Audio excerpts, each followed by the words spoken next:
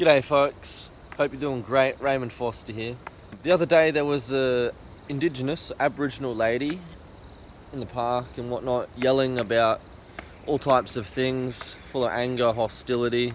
A perfect example of the type of Indigenous individual who's taken on full victim mentality because of anti-white attacks on white people, the discrimination against white folk, discrimination against Western kind, our culture, etc. You know, calling us colonizers, asking us to say sorry for the wrongs of the past. There wasn't really any wrongs. Like, there was no malicious intent, there was no... But in the anti-white narrative, it was the evil white man hunting down the non-white and harming the Indigenous people. Left them alone, built their hometowns, settled and did their own thing, and tried to just ignore them and leave them alone. But in the anti-white narrative, like, white man came and hunted down the Indigenous people and harmed them. And so individuals who have been brainwashed, all right, through their whole life with this type of nonsense, they actually have this crazy idea like their people have been hunted down and harmed, and so they have this big, trauma and victim mentality, and they feel like the whole world's against them.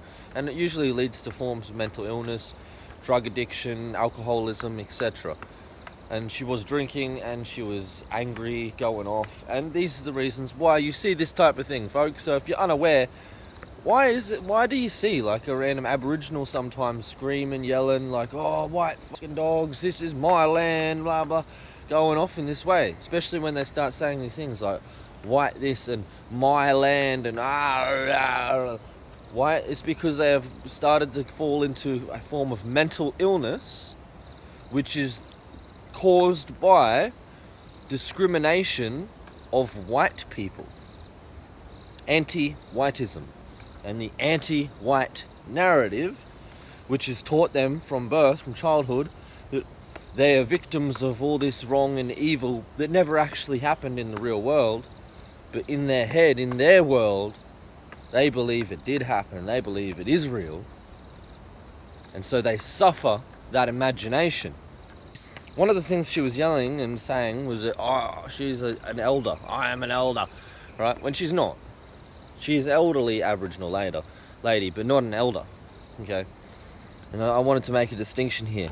My last video I spoke about folk who, in some sense, consider themselves elders, in regards to myself, and they try to give me advice, etc., about this and that, what I should do with my life, when ultimately I've already achieved more than they ever will in their life in my short 30 years on this planet, and I don't need advice from other folk, how to be an achiever.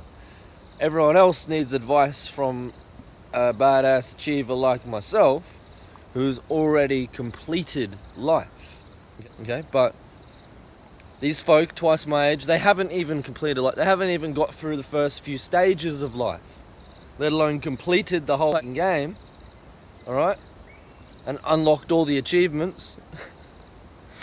And they're trying to tell me how to play the game. It's like, bro, I've played the game, I've finished the game to the point where now I've researched and I understand the code and how the game's programmed. You're still running around on the first few quests, trying to collect enough coin and this and that just to pass the first couple of levels of the game. You're still on the first few levels, the material levels. Go to work, have a job, pay taxes, go this place, that place, sign this paper. That's like level 1, level 2 shit, alright? And these people who are still on the first levels of the game are trying to tell me, a master of the game, someone who's finished the game, alright, completed the game with high score, alright?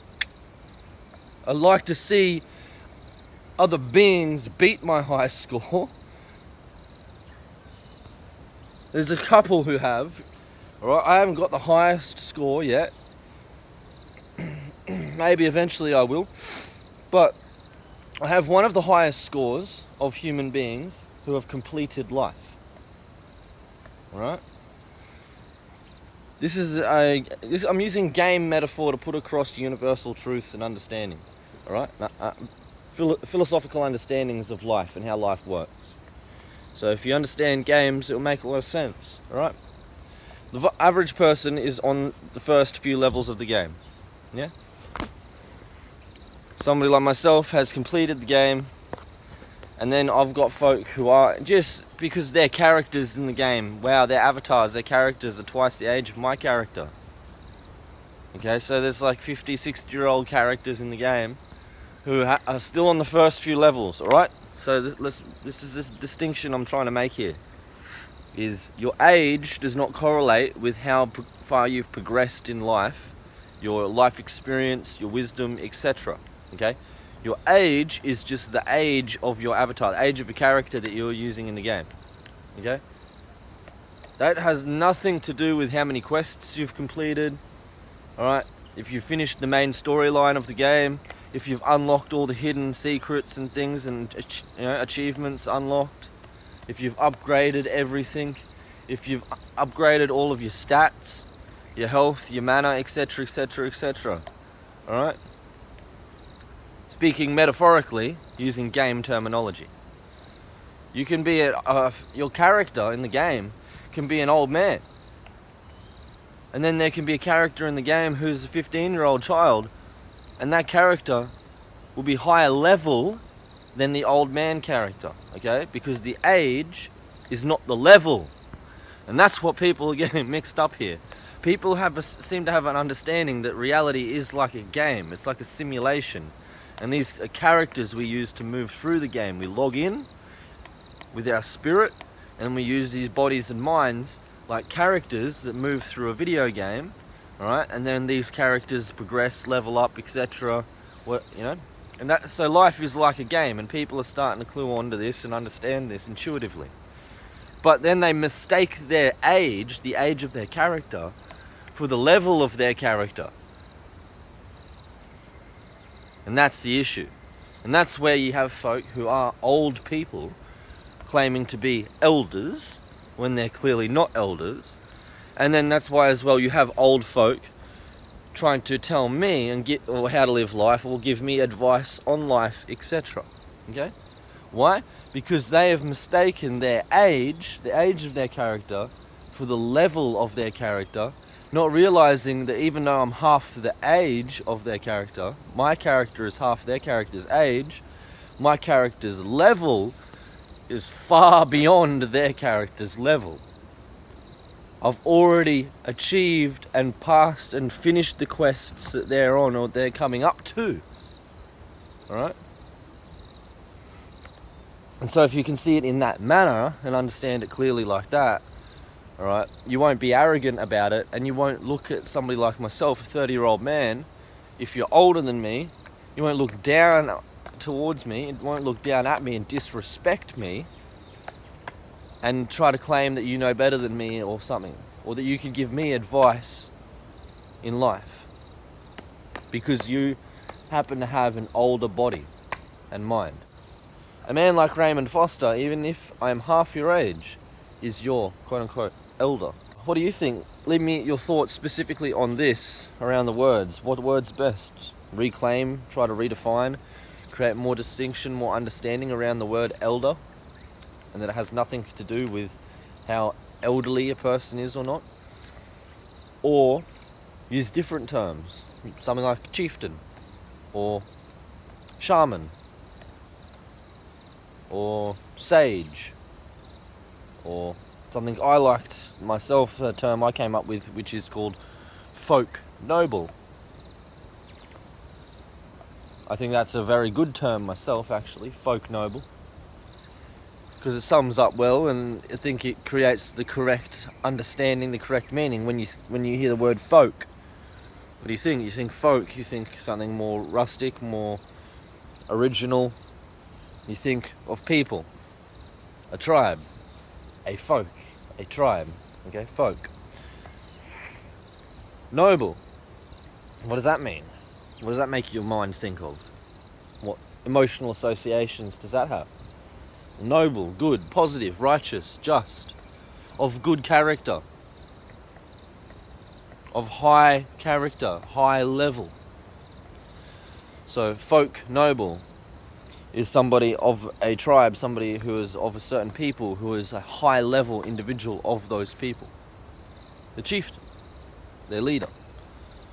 Somebody who is a guide of those folk. A spiritual guide, a cultural guide, etc.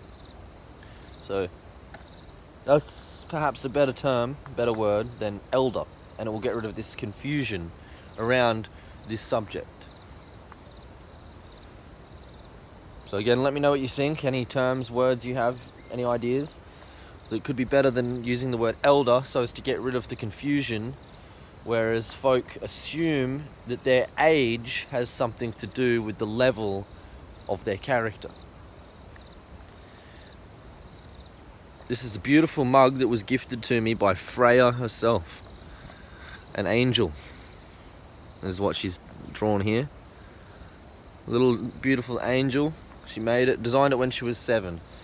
She's not 7 now, she's a beautiful lady. Thank you, Freya.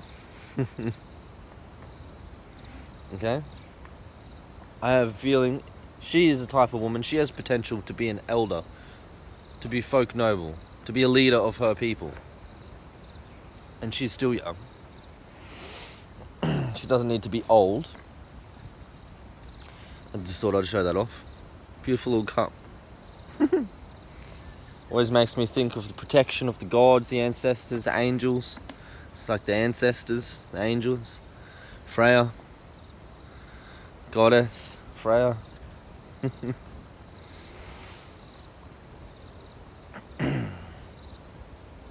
So yeah, let me know your thoughts. I think folk noble is a good term for a general individual who upholds the well-being of their people, advocates the well-being, the health of their tribe, their folk, their people. Keeps alive the myth, connection to the culture and country, etc. Instead of referring to these folk as elders, I think we should refer to these folk as folk noble. Folk noble.